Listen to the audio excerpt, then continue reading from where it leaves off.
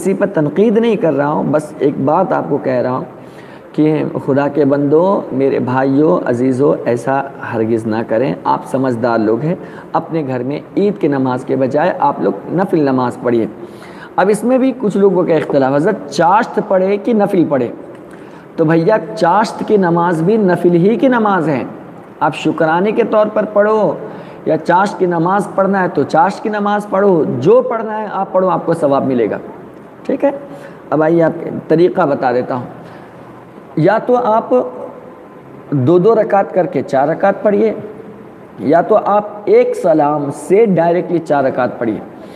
اگر ایک سلام سے آپ 4 رکعت پڑھ رہے ہیں تو نیت اس طرح کریے،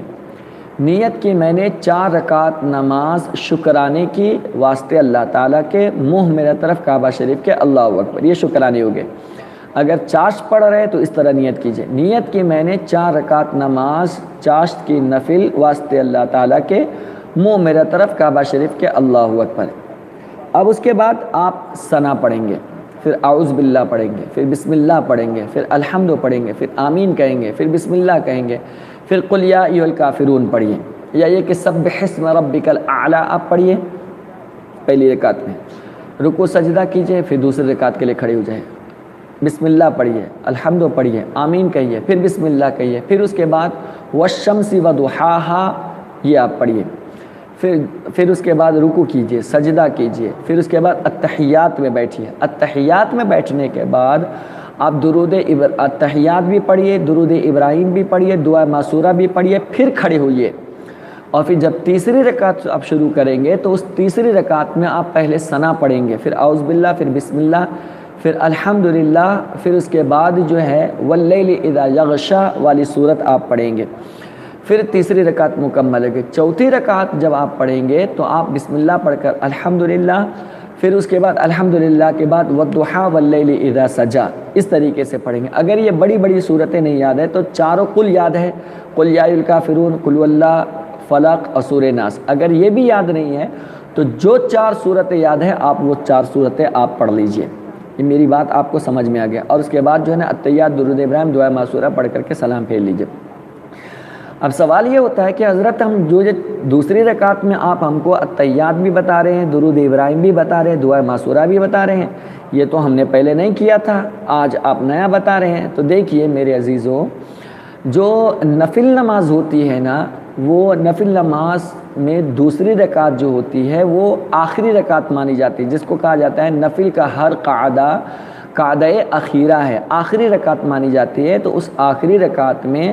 کیا کرتے ہیں؟ التحیات، درود ابراہیم، دعا معصورہ سب پڑھتے ہیں، تو لہٰذا اس میں بھی سب پڑھنا پڑے گا، اور تیسری رکعت ہوا کہ شروع رکعت ہو گئی، لہٰذا اس میں آپ کو ثنا بھی پڑھنا پڑے گا، ٹھیک؟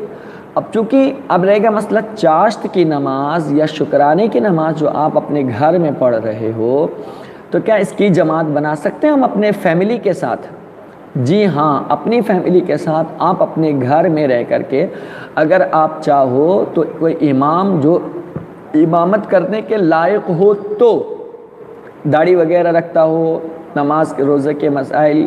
نماز کے مسائل، سجدہ سہو کے سارے مسائل جانتا ہو، تو وہ کیا کرے، وہ امام بن جائے، اور اس کے پیچھے اس کے جتنے مرد حضرات ہیں وہ بن جائے، نماز پڑھے، اور اس کے پیچھے جتنی عورتیں ہیں وہ سب ایک ساتھ نماز پڑھ لیتے۔ لیکن اسلام میں نفل نماز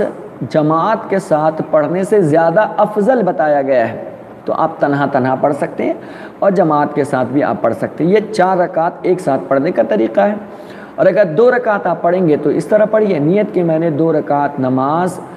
نفل شکرانے کی واسطے اللہ تعالیٰ کے، منہ میرے طرف کعبہ شریف کے، اللہ اکبر، یا نیت کی میں نے 2 رکعت نماز چاشت کی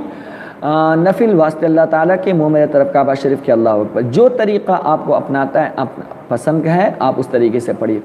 آپ 2 رکعت کر کے 4 رکعت بھی پڑھ سکتے ہو، اور ایک ساتھ 4 رکعت بھی پڑھ سکتے ہو، اور صرف 2 رکعت بھی آپ پڑھ سکتے، یہ سب آپ پڑھ لیے۔ اس کے بعد 34 مرتبہ اللہ اکبر، اللہ اکبر، اللہ اکبر، اللہ اکبر، یہ آپ 34 مرتبہ اس طرح تکبیر کہہ سکتے ہیں۔ یہ بھی تکبیر کہہ سکتے ہیں، اللہ اکبر، اللہ اکبر، لا الہ الا اللہ، اللہ اکبر، اللہ اکبر وللہ الحمد، یہ بھی آپ اللہ کی کبریائی بیان کر سکتے ہو تو یہ بھی آپ پڑھ سکتے ہو۔ تسبیح فاطمی 33 بار سبحان اللہ، 33 بار الحمدللہ اور 34